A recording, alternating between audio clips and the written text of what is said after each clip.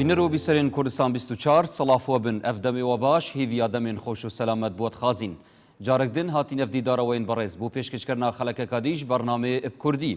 ئاشتبوون ئدگەل خودای و ئدگەل خۆ هەموو ساڵ ئەل ڕوژا 21 نەه کریە ڕوژا جیهانیا ئاشتیێ ئەم تکارین ئەل ڕەهەندێن سیاسی و کۆمەڵایەتی سەبارەت ئاشتیێ قسە و باسێن زۆر بهێنە وروژاندن تاکو کومن کومەڵگەهێ ڕۆژانە ئەجەنگێکێ دەرونیدا یە نەبینراودا ئەدژین لەورا پرسیارە هەری گرنگ ئەڤەیە ئەم چ بکەین بۆ وێئێکێ مرۆڤێ سەردەم ئەدگەل خودای و ئەدگەل خۆ و ئەدگەل خەلکێن دەوروبەرێ خۆ ئەدگەل ژینگەها خۆ دگەل گەلێ خۆ یێ ئاشت بیتوت ئاشتیێدا بژیتن ئەلبەر ئەڤێ چەندێل خەلەکە ئەف جارە بەرنامێ بە کوردی دێ ڕەهەندێن ئەوی چەمکەین ئێخینە بەر بەحس و باسا و ئاخفتنێل سەرکەین و چەندین پرسیار هێنە ئاڕاستەکردن بۆ زۆر بەڕێز مامۆستا عەبدوڕەحمان سەدیق ناوێ خوب ناوێەوە خێراتنەکە گەرم جەنابی سەیدایتکەین زۆر بەخێر و مامۆستا مامۆستای بەڕێز وەکەم ئاماژە پێدای ڕوژە ئاشتبوونێ یا کریە ڕوژێکە جیهانی ساڵانە وەکو بژنێ یاد تێتەکردن سەبارەت ئاشتیێ لەو ڕەمەژی فەرزانی ئەم ناوەڤێ خەڵکێدا لەسەروی چەمکەی پراوستین و جەنابێتە بپرسین ئایا مرۆڤ چ بکەتن حتا ئاشتیا خودای ئەبدەست ببینیتن ئانکو چ پەیوەندی هەیە ئاشتیا خودای ئەدگەل مرۆڤی بەڵێ بەناوی خۆی بەخشندەی میهرەبان ڕۆژی جیهانی ئاشتی بەو ناوە دیارە پێویستێکی مرۆڤایەتیە و پێویستێکی مرۆییە لە بەرەو نەتەوە یەکگرتوەکان ئەو ڕۆژەی کردو بە ڕۆژی جیهانی ئاشتی ئەگەر بڕوانینە ڕەهەندە ئاینەکەی ئەم باسە بۆمان دەرەکەوێ ئاشتی چەند بوارێکی هەیە هەمیشە دەڵێم ئاشتی لەگەڵ خوددا مرۆڤ لەگەڵ خوددا ئاشتبوونەوەیەکی پێویستە ئەی بۆچی نیەتی ئەبێ قسەی لەسەر بکەین جۆرێک لە ئاشتی پێویستە لەگەڵ خودی خۆی جۆرێک لە ئاشتی پێویستە لەگەڵ خەڵک جۆرێک ئاشتی پێویستە لەگەڵ خاک و ژینگە هەموو وەکومانشێت ئەگەر بچنە ناو وردەکاریت بێندا ڕاستە کەواتە تۆ کاتێ دەڕوانی خوددا دەفەرمێ هو المەلیک القدوس السەلام یعنی هەڵبژاردننی ئەم سەلامە خوددا بۆ ناوی خۆی یەکێکە لە چۆن دەڵێ ئەو ئاماژانەی کە پێمان دەڵێ سەلام لە ژیانی مرۆڤایەتیدا مەسەلەیەکی یەکجار گرنگە بەڵام ئاشتی هەر ئەوە نییە کە شەڕ نەبێ بەڵکو دەبێ پێشتر لەسەر ڕێککەوتنێک ڕێککەوت بێتین بۆی بن و تۆ شەڕمان نەبێ سە گرفتێک هەیە دەڵێن ئێستا ئەڵێن خەڵکی ئێمە زۆر جار نیگەرانە زۆر جار دڵە ڕاوچی هەیە لە کوردستانە لێ پرسی بۆچی شکر خۆ وەزە لە کوردستان زۆر باشە و سەقامگیرە ئاشتی هەیە ئەگەر لێ بکۆڵیتەوە لە ڕووی وردەکاریەوە دەتوانی بڵێ هێشتا ئاشتیمان نییە بۆ چونکە ئەو ئەگەر دوو حیزب لەگەڵ یەکدا لە کوردستان ڕێکەوتنیان نەبووێ لە نێوانیاندا ناتوانین بڵێن ئاشتیان قەرارداوە خۆ دوو حیزب هیچ ڕێکەوتنێکیان نەبێ بەڵام لەو کاتەشا شەڕیان نەبێ ئەوە ئەتوانی بڵێ شەڕ نییە لەو کاتە ناتوانی بڵێ ئاشتی هەیە ینی دڵنیایە دروست ڕاستە ئەو قسەی زۆر ڕاستە کەواتە لێرەوەیە کە دەڵێن کاتێک دەڵێن دنیا ئاشتیە کە لە نێوان دەوڵەتەکاندا ڕێکەوتنامەی ئاشتی ئیمزا کرابێ و ڕێزی لێگیرابێ هەر لە بەرەوەشە دەبینی لە دنیادا شتێکی پێ دەڵێن صنع السلام یعنی چی ئاشتی دروستکردن کەواتە ئاشتی شتێکە پێویستە مرۆڤ دروستی بکە هەر ئەوە نییە لە ئاسمان و بۆ دووبارەوەتە سروشتی مرۆڤی نەسەلامە یعنی ئەتوانی بڵێ بەرژەوەندی کە لە قابیل و هابیلەوە دەی بەرژەوەندی دەبێتە مای ئەوەی کە شەڕ دروست بێ بەڵام کەواتە ئەبێ ئاشتیش دروست بکرێ ئاشتی کاڵم دروست بکرێت بەچی دروست دەکرێت ئەبێ فەهممان تێگەیشتنمان بۆ ئاشتی بە جۆرێک بێ کە بتوانین دروستیکەین و بەرجەستەیکەین اینجا دیوتە لە هەواڵەکانە کە جۆ ئەگری ئەڵێ هێزەکانی چاودێریکردنی ئاشتی کەواتە پاش ئەوەی ڕێکەوتن نامەشمان کرد هێز هەیە چاودێری ئاشتیەکە کە بزانێم ئاشتیە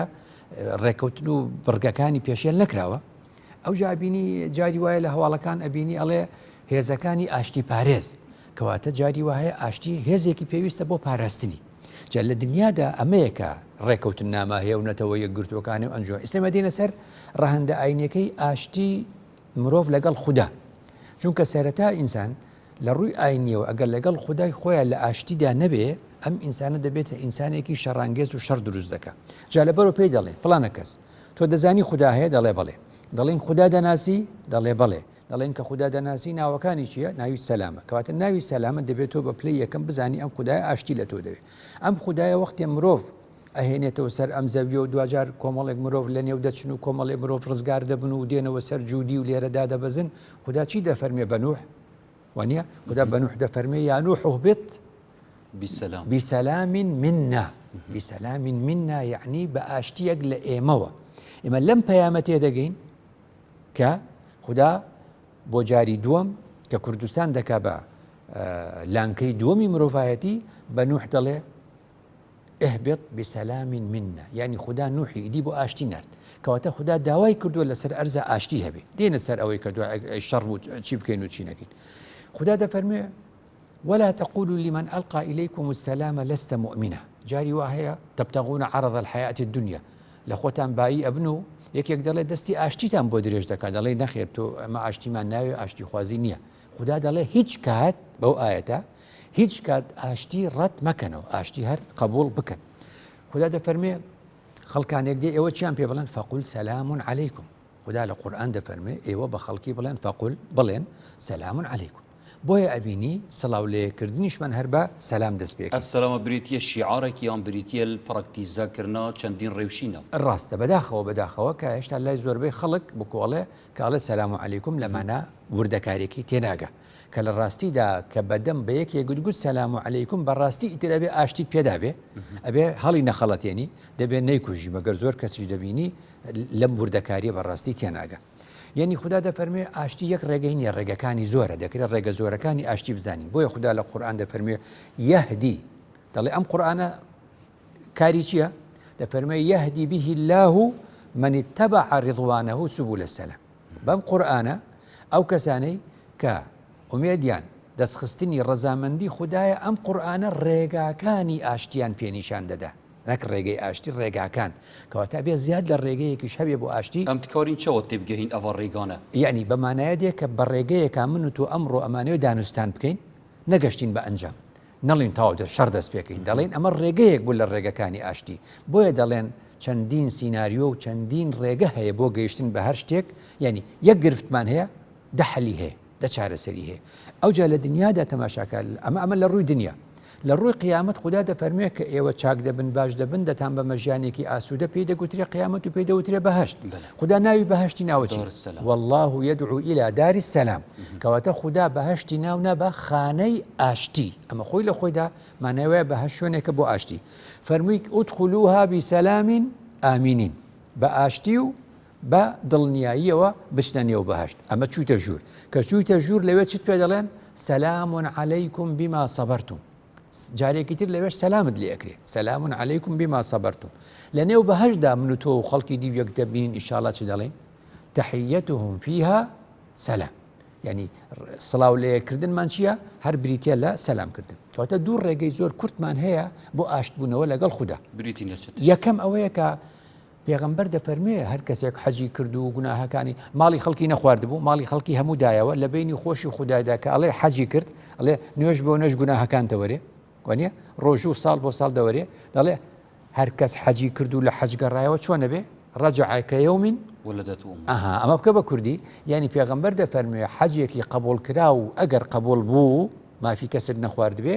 ئەوە وەک ئەوە وایە کە دەگەڕێیتەوە وەک ئەو ڕۆژین بە منداڵی لەدایک دەبی لاپەڕێکی سپی دەبێت بەڵێ کەواتە ئەمە ئەوەیە مەولەوی کورد دەڵێ هەر کەس تەوەلود دووبارەش نییەن ئەلبەت سەعادەت ستارەش نییەن تەوەلودی دووبارەمان پێویستە دەبێت زوو لەدایک بینەوە زوو لەدایک بوون ینی چی یعنی مناڵە بینەوە جارێکی تر کەواتە مناڵ بوونەوە یعنی پاک بوونەوە منداڵ ڕابردووی نییە منداڵ ڕابردووی نییە ئێمە چونکە گەورەین بە ڕابردوەکانمان شەڕ دەکەین پەندی کوردی تەئیدی ئەو قسەی پێغەمبەر دەکات دەفەرمێ چی دەڵێ چی پەندی کوردی دەڵێ شەڕ بە کۆنەقین دەکرێت شەڕ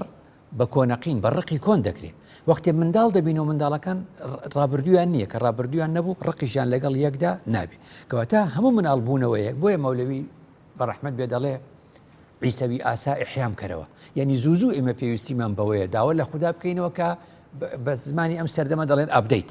یعنی زوو پێویستیمان بەوەیە خوددا جاریدی زیندومان کاتەوە زیندوی چی نەمردوین بەڵام یانی جارێکی تر لە مانەکانی ژیان و ئاشتی تێبگەین خەڵی دۆمم ئەوەیە کە بەڕاستی زۆر ئەممان باتەوە ینی ئاشتی لەگەڵ خوددادا بکەین خوددا بۆ زۆر تاکید لە نوێژ دەکاتەوە نوێژ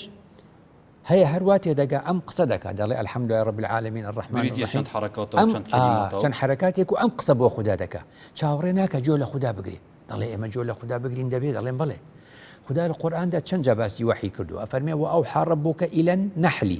ئەو وەحی خوددا بە نەحلی دەدا بە مێشهنگێکی دەدا ئەوە وەحی چۆن دەڵێ فتریە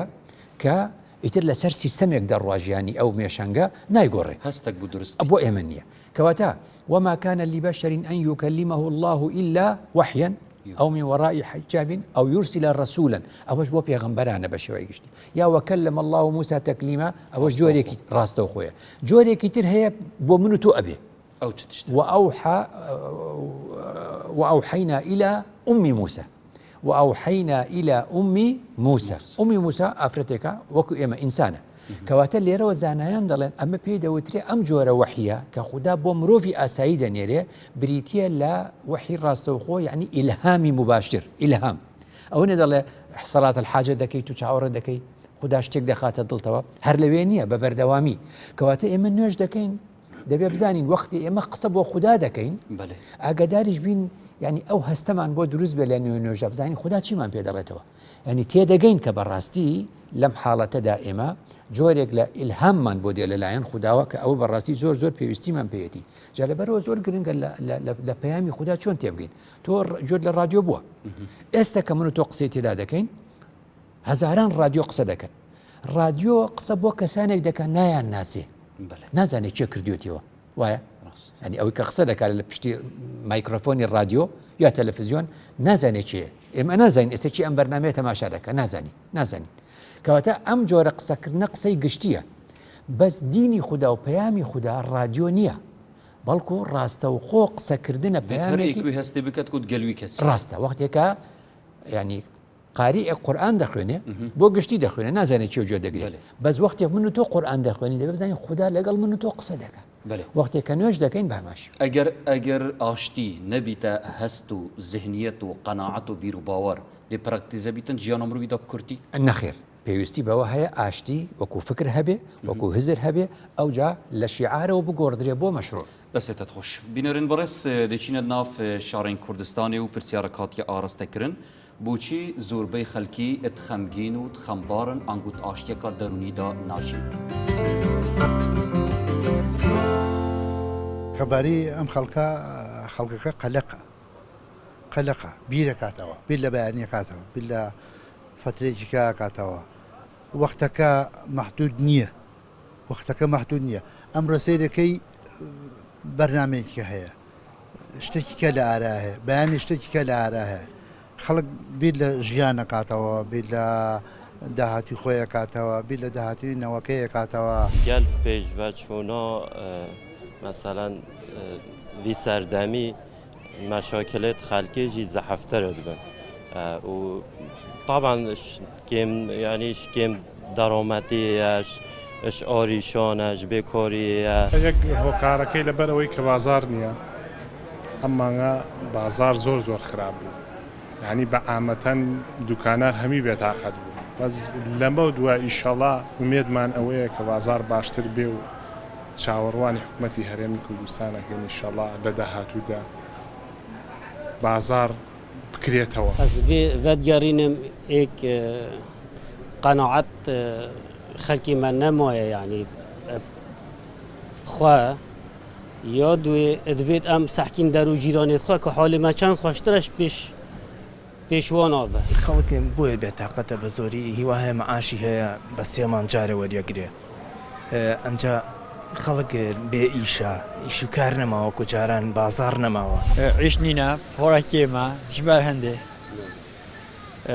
زەوقە خەلکە نینە وەختی عیش نەبێت زەوقان سڵی نەخۆشە شول سفرە ئەڤەنۆ کەس خودۆن دکۆنە شول نینە ئەژبار هەندێ لە ئالەمی نەخۆشە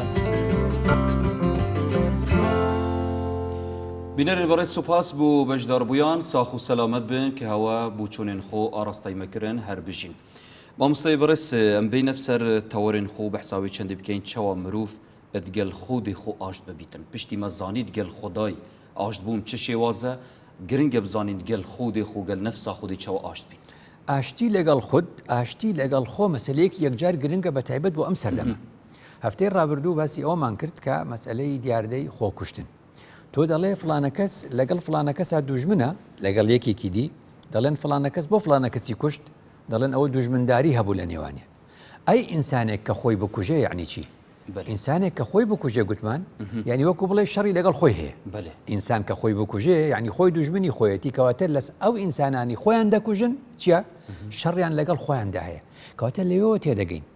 ئەم ئینسانانی دوعا لە خۆیان دەکەن ئەو ئینسانانی خۆیان دەکوژن ئەو ئینسانانەی لە ذاتی خۆیان ڕازی نین شەڕیان لەگەڵ خۆیاندا هەیە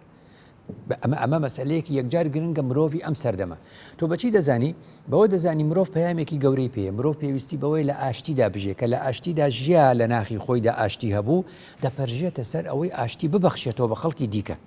تۆ بڕوانە مرۆڤ بە شکلی خۆی ڕازی نییە من ناڵێم جوانکاری خراپە مەبەستم ئەوە نییە مەبەستم ئەوەیە کە ئینسانەکان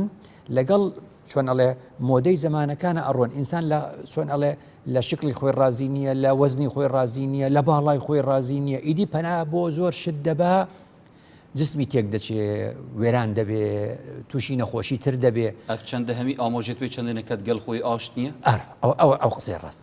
لەگەڵ ئەمە ئێستا لەو کاتی کە خەڵک پەنا ئەباتە بەر هەموو ئەم گۆڕانکاریانە جوی دەگۆڕێ لوتی دەگۆڕێ چاوی دەگۆڕێ ڕەنگی دەگۆڕێ مەسەلەن قژی دەچێنێتەوە من حەقم بەوانە نییە لە ڕووی ئازادیەوە بەس دەڵێم ئەم ئینسانە ئەبێ لە شوێنێک ینی هەتاکەی ئەمیشە تاو نابێت چونکە ڕۆژێ چۆن جلوبەرگەگە مۆدێلی بێ زۆر مشکلە نییە زۆر مشکلە نییە بۆ کورتێکەکەی درێژەکەی نازام چێکی دەگۆڕی بەس ئەم جسمە چی لەکەی ینی چۆن ئەم جسمە ڕۆژێکەڵەن قەڵەوی باوێتی ڕۆژێکەڵەن زەعیفی باوێتی ڕۆژێکەڵەن کەپوی گەورە باشە ڕۆژێکەڵەن لوتیەوە ڕۆژێکەڵەن لێوی زەعیف ئەمە چییە ئەمە مانەی وایە ئینسان لەگەڵ ذاتی خۆی لە شەڕە ئینسان لەگەڵ ذاتی خۆی ڕازی نییە ئەی کەی دەپەرژێتە سەر ئەوەی ئەو بەتەمایە پەیامی هەبێ و دنیا بگۆڕێ و بەرەو ئاشتی بەرێ دنیا ئەمە هەر خەریکی خۆ گۆڕینی زاهیریە بەدی لەوێ چەندی چی هەتاف ئاشتیا دروست بیت زۆر ڕاستە کەواتە تۆ بڕوانە تۆ شێر دەبینی بڵنگ دەبینی لێ ڕادەکەی وانە ئەگداڵێ کاکە بۆ ڕادەکەی داڵێ کاکەەوە شێرە ئەو پڵنگە لێ دەترسم کەواتە ئێمە لەو شتەی لێ دەترسین لێ ڕادەکەین بۆیە خوددا لە قورئان دەفەرمێ كأنهم حمر مستنفرة فرت من قسورة قسورة يعني لقرآن ده يعني شير كواتا خدا نموني كسانك دينته ودلي أوانا وقبلي لدستي شير رايان كردبه يا موسى سلامي خوي لسر كبهلا كسيك دكوجيت شدك هلدي دشي بو أرزي مدين دلين باشا بوها فرارت كردوها كأقررت بو مصر الله ففررت منكم لما خفتكم بن بويا فرارم كرد چونك لأيوة ترسام قصدم نم قسەیە چییە؟ ئەمە خوددا دەفەرمێ کە وەختێک کەسێک لە کەسێک دەترسێ لێی ڕادەکە دەڵێ ئێوە دەتانەوێت ئاشت بن لەگەڵ ناخی خۆتاندار فەفیڕوا هەڵبێن ئیلە الله چەند جیاوازە یعنی بانای وایە خوددا پێمان دەڵێ لە قورئاندا هەر کات فرار هاتبێ وشەی فرار تۆ لەو شتە هەڵدێیکە لی دەترسی بەڵام خوددا بۆ خۆی چۆن بەکاری هێنا دەفەرمێ ناڵێ فەفیڕوا من الله ناڵێ لە خوددا هەڵبێن لە خوددا هەڵهاتن نییە کەس ناتوانێت دەستی خوددا هەڵبێ دەفەرمێ فەفیڕوا ئیلە الله یعنی هەڵبێن بۆ لای خوددا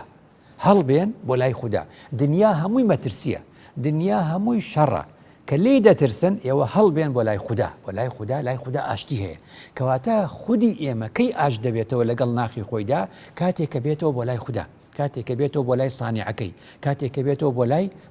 خالیقەکەی ئەو خالیقەی کەوا دروستی کردووە دووەم خوددا پێمان دەفەرمێ ئینسان کەی لەگەڵ ناخی خۆی ئاشت دەبێ کاتێک کە ئەوانی دیکەی خۆش بوێ کاتێ مرۆڤی خۆش بوێ کاتی ئینسانی خۆش بوێ کاتێک کە خەڵکی دیکەت خۆش دەوێ دەبەخشی کاتێک کە دەبەخشی دڵت کراوەتر و فراوانتر دەبێت نمونەیەکێ دەڵێن منداڵێک لە باوکی خۆی دەپرسێ لەوانەی جوگرافیای ئاخوێنە دیارە دەڵێ باوکە ئەوە بۆچی دەریایەکێ پێ دەڵێن دەریای مردوو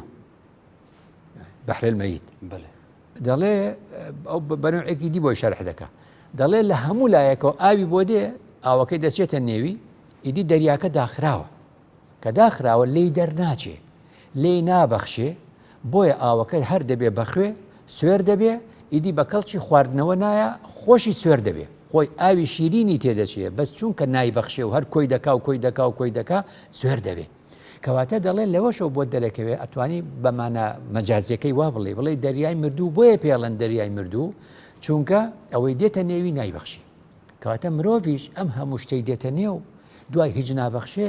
لە نێو ناخی خۆشیدا بەرەو خراپی دەگۆڕێ ئەو مرۆڤانە دڵخۆشن کە ئاشتن لەگەڵ خۆیاندا ئەوانە ئاشتن لەگەڵ خۆیاندا کە دەبەخشن بە مرۆڤایەتی بەلێت گەلوێ چەندی مامۆستا ئاخفتنێک هەیە گەلێک جارتێتە گوتن بێژن هەندێک تەکستێن ئاینی هەنە هەمی جار شعورێکی دەف دینداری دروست کرد کە شعور تاوانێ و زەمبێ بکەتن بۆیە چ جار دیندار ئاشتیەکە نافخۆی داناژیتن لە بەرامبەر ئەوەدا وەکو گوتمان خوددا پێوەرێکی داناوە کە ئینسان هەستی بە گوناه کرد ڕێگە ئەوە نییە کە دەستە و ئەژنۆ دابنیشێ ڕێگە ئەوەیە کە چۆن دەڵێ پەشیمان دەبێت و هەر ئەو گوناهانەی لە بینی خۆی و خوددایە لەو ساتە وەختەی پەشیمان دەبێت و خوددا لێ خۆش دەبێت هەر گوناهێکیشی ئەنجام داوە دش بە مرۆڤێکی دیکە خوددا دەفەرمێ حەقەکەی بۆ بجێڕەوە ئەو دوو دلیت بێت ببیتە پاڵدەر بۆی چەندێکە خو سافت کرد گەل خوددای و گەل مرۆڤان ڕاستە ئەوە مەسەلەکەی کەواتە ئەبێ ئەمە بزانین هیچ ڕۆژێک خوددا دەرگای تۆبەی دانەخستووە هیچ ڕۆژێ خوددا کە دەفەرمێ بەرامبەر بە من ینی فەرمودەکەی پێغەمبەر چ دەفەرمێ دەفەرمێ خوددا بە شەو دەستی واڵایە بۆ گوناهکارانی ڕۆژ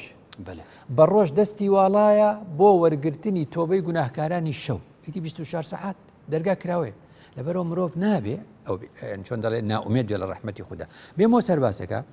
ینی چۆن ئێستا خەڵک ڕێکخرا و کۆمەڵە دروستەکە کۆمەڵێک کەس لە دنیادا لە زۆربەی وڵاتانی دنیای پێشکەوتوو کە زانیان ئەم سەردەمە سەردەمێکی ئیستیهلاکی و چۆن دەڵێ هەر پارە سەرفکردنە مرۆڤ لەگەڵ ناخی خۆیدا ڕازی نییە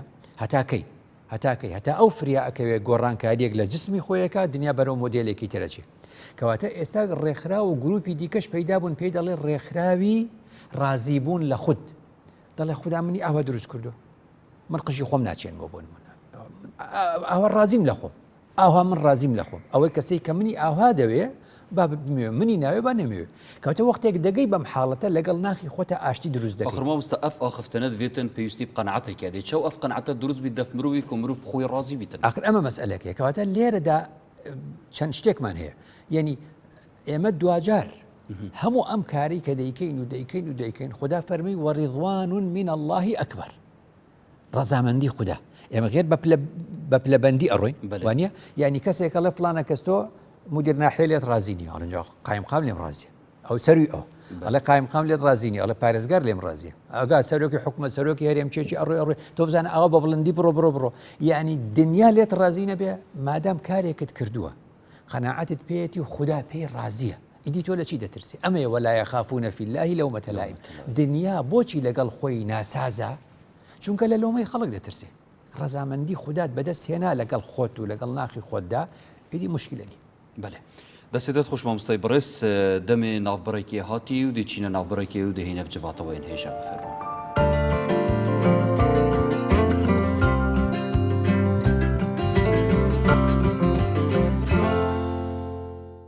بینەر بەڕێز دووبارە سەڵافوە بن بەرداوامین بۆ پتر دەرەجە پێدان سەر ڤی تەوەرێمە دەست نیشانکردی ئاشبوون ئەدگەل خودای و ئەدگەل خۆ مامۆستای بەڕێز پشتیمە بەحسا ئاشبوونی کرد گەل ڕەب العالەمین کە مروچەوە ئاشبوونی دگەل خودای دروست کەتن هەروسا ئاشبوون دگەل خودی خۆ نها ئەم بینە سەروێ چەندێ مرۆڤ دێچەوە کاریتن ئاشبوونی دروستکەتن دگەلوان کەسێن دەوروبەری مرۆڤی دچین بەڵێ ئاشتی لەگەڵ خەڵکدا کۆمەڵێک ڕێگری هەیە لە بەردەمە ئەبێ ئەو ڕێگرانە لادەین تاوەکو بتوان ئاشتی لەگەڵ خەڵگەربریتینە چتشت ئێمە وەکو چەقی بازنە ینی ئەوەی لە بیرکاری شارەزابی ئەزانێ بازنە چەقێکی هەیە سنتەرێکی باشە ئەم سنتەرە دەتوانی بە پرگاڵەکە بە نیوەتیرەی جیاواز چەندین بازنەی جیاوازی لە دەورە دروستکی وەختێکە ئەگەیتە بازنەیەکی کۆتایی دەڵێ ئەمە بازنەیەکەیتر لەمە زیاتر ناکێشم ئەو بازنە کۆتایی هەموو ئەوانەی دیکەشی کۆ کردوێتەوە هەموو ئەوانەی تریشی کۆ کردوێتەوە یعنی ئەو دواتچێوەی بازنەکە گەورەترین چێوەی بازنەکە پێمان دەڵێ ڕازیە بە ئەوانی دیکەی کە لە نێو خۆیەتی بەڵام ئەوەی کە بچووکە ڕازی نییە بەوانەی دوای خۆی ئەمە مانای چییە؟ مانای وایە هەموو مرۆڤێک بێنە بەرچاوی خۆت هەر کەس تەماشای خۆی کا خۆی دابنێ بە چەقی بازنەیەک سنتەری بازنەیەک بە دەوری ئێمەدا چەندین بازنە هەیە ئەگەر ئەم ناسنامانەی هەمانە لەسەری بە شەڕ بین قەت ئاشتی دروست نابێ کەواتە دەبێت لە نێوان خۆماندا لەو سنوورەی کە تیایدا دەژین دوا بازنە بچێشین تا ئاشت بین بۆ نمونە ئێستا وەختێ دەڵێن ئەوە کاک نەزیرە دەڵێن کاک نەزیر یەکەم دەڵێن کوردە ئەوە بازنەیەکە پێشی کورد یعنی وەکو بڵێ لە ناو کووردا یا بڵێن بازنەی بچووکتر ئەوە بڵێن خێزانە و ماڵی فلانە و باوکی فلانە ئەوجا ئەڵێن ئەوە کادانیە لە دوای ئەوە دەڵێن ئەوە کوردە ئەوجا دەڵێن موسڵمانە ئەوجا لە نێو موسڵمانە دەڵێن سنیە وانە ئەوجا لە دوای ئەوە بەو شێوازە چەندی باز ئەنجاڵێن پیشەی مامۆستایە ئەوەش دەوێت لە سندیکای مامۆستایان و چۆ کۆ بێتەوە کەواتە ئێمە لە ڕووی پیشەیی و لە ڕووی ئینسانیەوە چەندین ناومان هەیە ئەم بازنە زۆرانە هەر ڕۆژێک دەبێت شەڕی لەسەر بکرێ ڕۆژی عشیرەت شەڕەکات تۆ بێ شەڕت بێ ڕۆژێ خزم شەڕەکە شەڕێکی تر ڕۆژێ کورد و عەرەب شەڕێ بێت تۆ شەڕەکەی ڕۆژێ کەواتە بازنەکان فەرعیەکان ممکنە شەڕی تیا ببێ بەڵام کە بازنەیە کۆمان دەکاتەوە ئێستا هەرێمی کوردستان حیزبی جیاوازی تایە عشیرەتی جیاوازی تایە هۆزی جیاوازی تێدایە زمانی جیاوازی تێدایە ئاینی جیاواز ئاینجا هەموو ئەمانە هەمووی بازنەیە ئەگەر لەسەر ئەمانە خۆمان حەسرکەین هەر شەڕمان دەبێت دوجار چ بکەین دەستورمان هەبێ دەستور چمان پێداڵێ دەستوری هەرێمی کوردستان کە پێغەمبەر درودی خوای لەسەر ئێستا تێدەگەین حکمت چییە پێغەمبەر دەچێتە مەدینە دەستور دەنووسێتەوە بۆ ئەوەی بازنەیەکی گەورە بچێشێت جیاوازەکان کۆکاتەوە وقتی دەستورمان بوو چ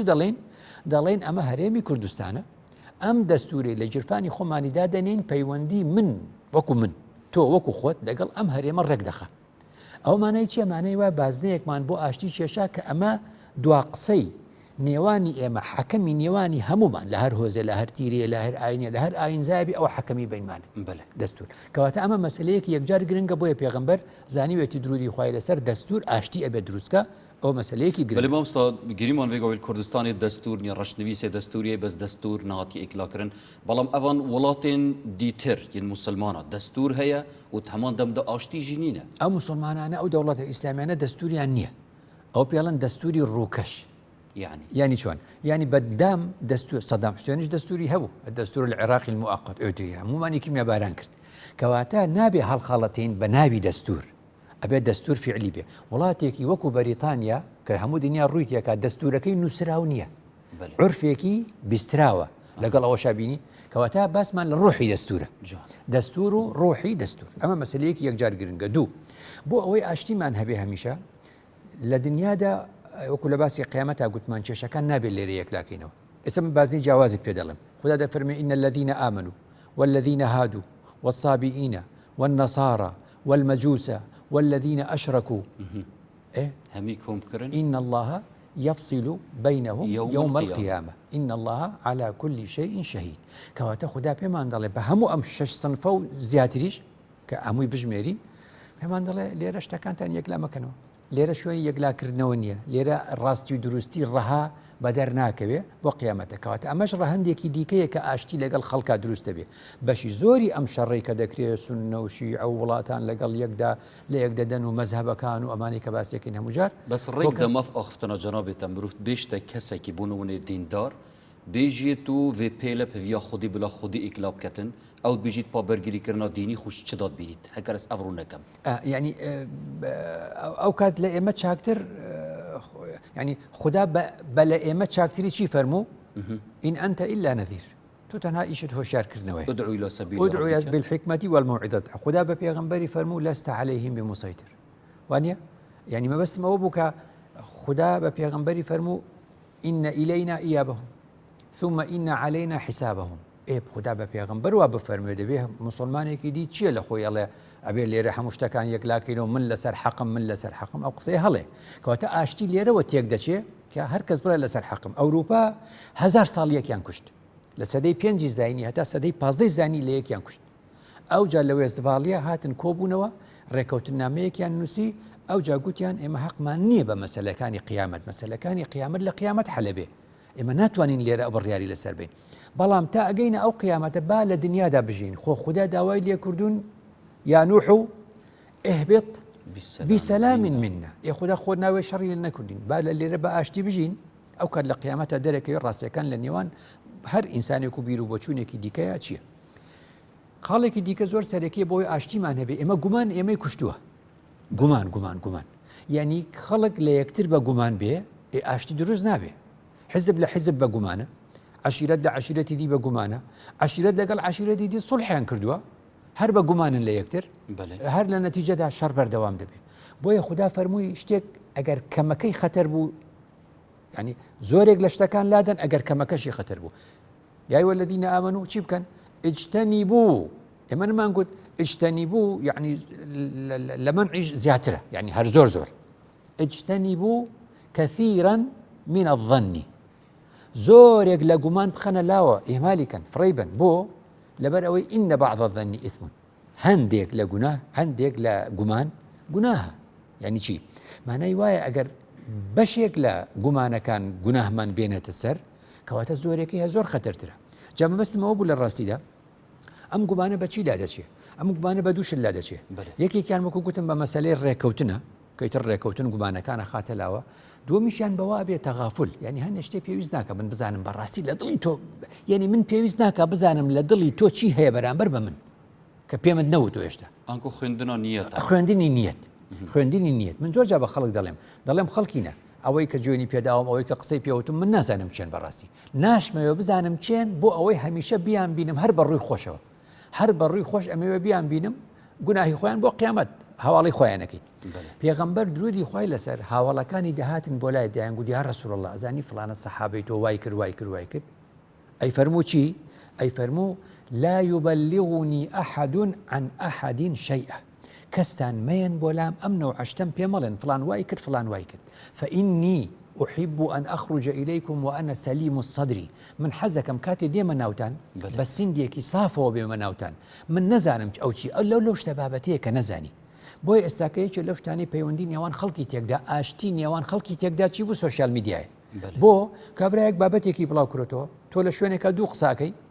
وانە دوای کە تۆ تەماشایەکی سێرەکی ئەوە برادێکی خۆتە کۆمنتێکی نووسیوە جوێنی پێداوە وەختێکە ئەیبینیت پێت ناخۆشە ئەڵێ ئەم فڵانە کەسە نازانێ ئێستا من کۆمنتەکەیم دیوە نازانێ من دڵم لێشکە لەبەرەوە من دەڵێم خەڵکینە ئەگەر دەتانەوێ خۆش بژین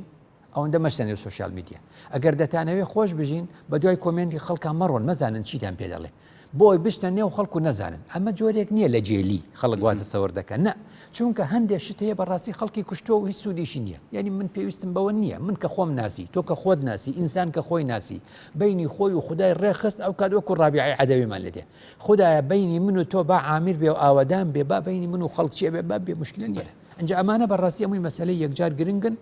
کە خدا فەرمووی وجعلناكم شعوبا وقبائل لتعارفوا اما جيكيك المساله كان فلان لقل فلان شردي يا حزي ليني يا رقي ليتي بو امالن كاك تعارف بيوصل ازانم او شيء الان تعارف لمصدري خوته وخوينيه من زور جار دلم الان او دينا اصحابي او دينا اوهان فلان دين وان الان شو قلتي الله فلان كاتب الان او كاتبه مسلمانه واينوسيوه كاتبي مسلمان نابي الرأي ورب جيري بلا زردشتي چونه و يزيدي چونه أبي يزيدي هي خو لبرشاد كاكور ايوه چي بو شرحك ولا زردشتي تو باسي خوتم بوبكا لمصدركي خويا وابي جويلي بقري يعني اللي تعارف اميه كواتم من نابي من مسلمانك خوم شد بنوسم لسر دينا كانيتر لبروا وشتيكي زور جوانا زانكويكي لكردستان زانكوي مسيحي كان وت يعني ما امانه باسي اسلاميش بخواني ئەوەم شتێکی پێجوان بوو چیان کرد داوایان لە دکتۆرێکی زانستە ئیسلامیەکانی مسلمان کردوتیان برادری مسلمان تۆ دێی لەوێ باسی ئیسلاممان بۆ بکەیت ئێوەتی خۆتان وتی نابێ ئێمە خۆمان مەسیحین باسی ئیسلام بکەین چونکە ئێمە نابینە شایەدێکی ڕاستەقینە حەزەکەین مسلمانێک بێ مامۆستایەکی مسلمان خۆی باسی ئیسلاممان بۆ بکە ئێکەواتە ئێمەش ئەبێ فێربین لە مەسیحیەک بڵێن کاکە خۆتمان بۆ تعریف کە زەردەشتی تۆ خۆت وەرە خۆتان خۆمان تعریف کەن با ئێمە تعریفتان نەکەین ئەو کات ئاشتی دروست دەبێت بله في حالتيدا رنگا ام ببيجين قالكش ما ببيجين اوش تتقال بالتبشير وبنك خازي كرن بو ويدين يعني ولاياني بتشتد فان قالبانه ده اما بيوتر تعارف بله كوتا تعارف ليرو شي دروز دكا وكو قلتم تعارف كفرمي اللي تعارفوا منو تو من نظرم لسرتو اويتهم بجوريك ناسيوا اي او خوينيه تو خود دلي من فلانم او كسيفي تقديمكي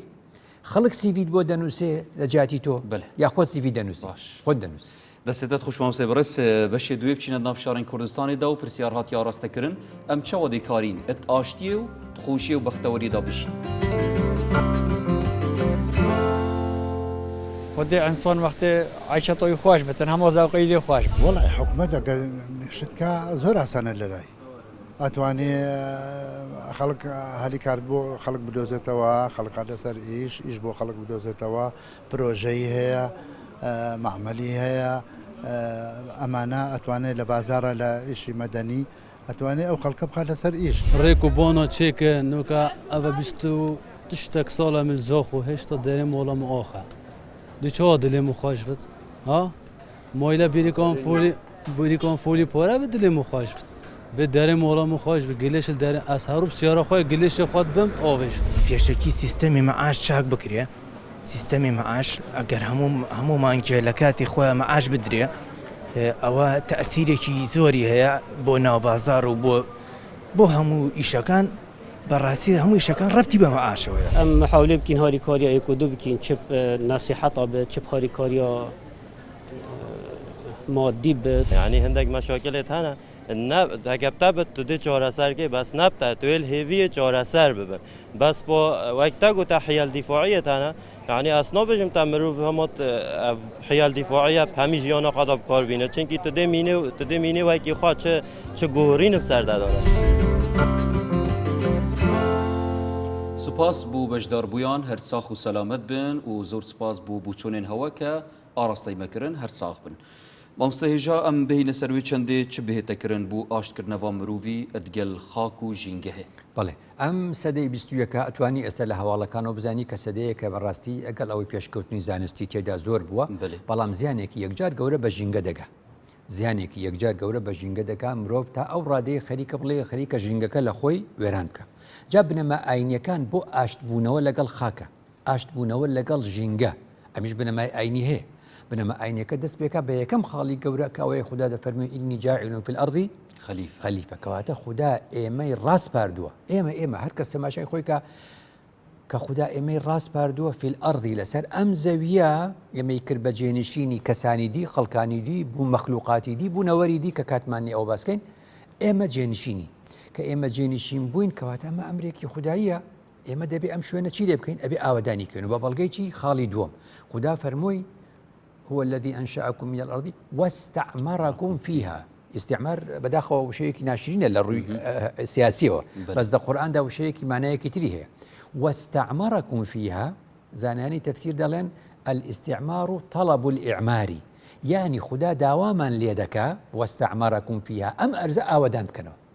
آوداني بكنو إيه على طلبك إجل خدا وبه أبي بواجب إتبرستي يمي مسلمان بتايبت دەبێت زۆر شەرمەزار بین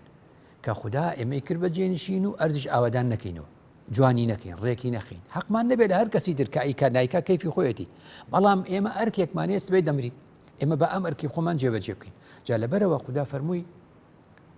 خاک چۆن لەگەڵی دەکەونە دژایەتی خوددا فەرمووی ئەلا تەطغەو فی الميزان ئەم میزانە ئەم تەوازونە ئەم ئیکویلیبریەمە ئەم هاوسەنگیەی کە خوددا دایناوە لە بوونەوەردا تێکی مەدەن چونکە خوددا فەرمی ظهر الفساد في البر والبحر لە بوشکانی و لە تەڕایە لە ئاو و بەحر و بما كسبت أيدي الناس ناس بەکردەوەکانیان ژینگەیان پیس کردووە ليذيقهم بعض الذي عملوا نتیجەشە بەڕاستی خۆیان تووشی ئازارەکەی دەبن کە وەکو ئێستاکە لە ڕاستیدا دەیبینی لەبەرەوە لە بنەماکانی تری قورئاندا کە خوددا مرۆڤی لەگەڵ ژینگە ئاشت کردوێتەوە تەماشاکەی ناوی سوورەتەکانی قورئانە ژینگە چییە ژینگە بەشێکی بریتە لە خاک بەشێکی بریتە لە ئاو بەشێکی بریتە لە هەوا بەشێکی تری بریتە لە ڕووەک بەشێکی تری بریتە لە زیندەوەرەکان بەشێکی دیکەی بتە لە ژانەوەرەکان کە وەختی سیری قورئان دەکەی ئەڵە سوورەتی بەقەرە ئەڵە سوورەتی ئەنعام یعنی هەموو ئاژەڵەکان ئەڵە سوورەتی فیل ئەڵە سوورەتی نەحل ئەڵە سوورەتی نەمل ئەڵە سوورەتی عنکەبوت سوورەتی تین گەشتنەوە هەنجیر سوورەتی حەدید هاتینەوە لای ئاسن نەجم ئەستێرە هاتینە قەمەر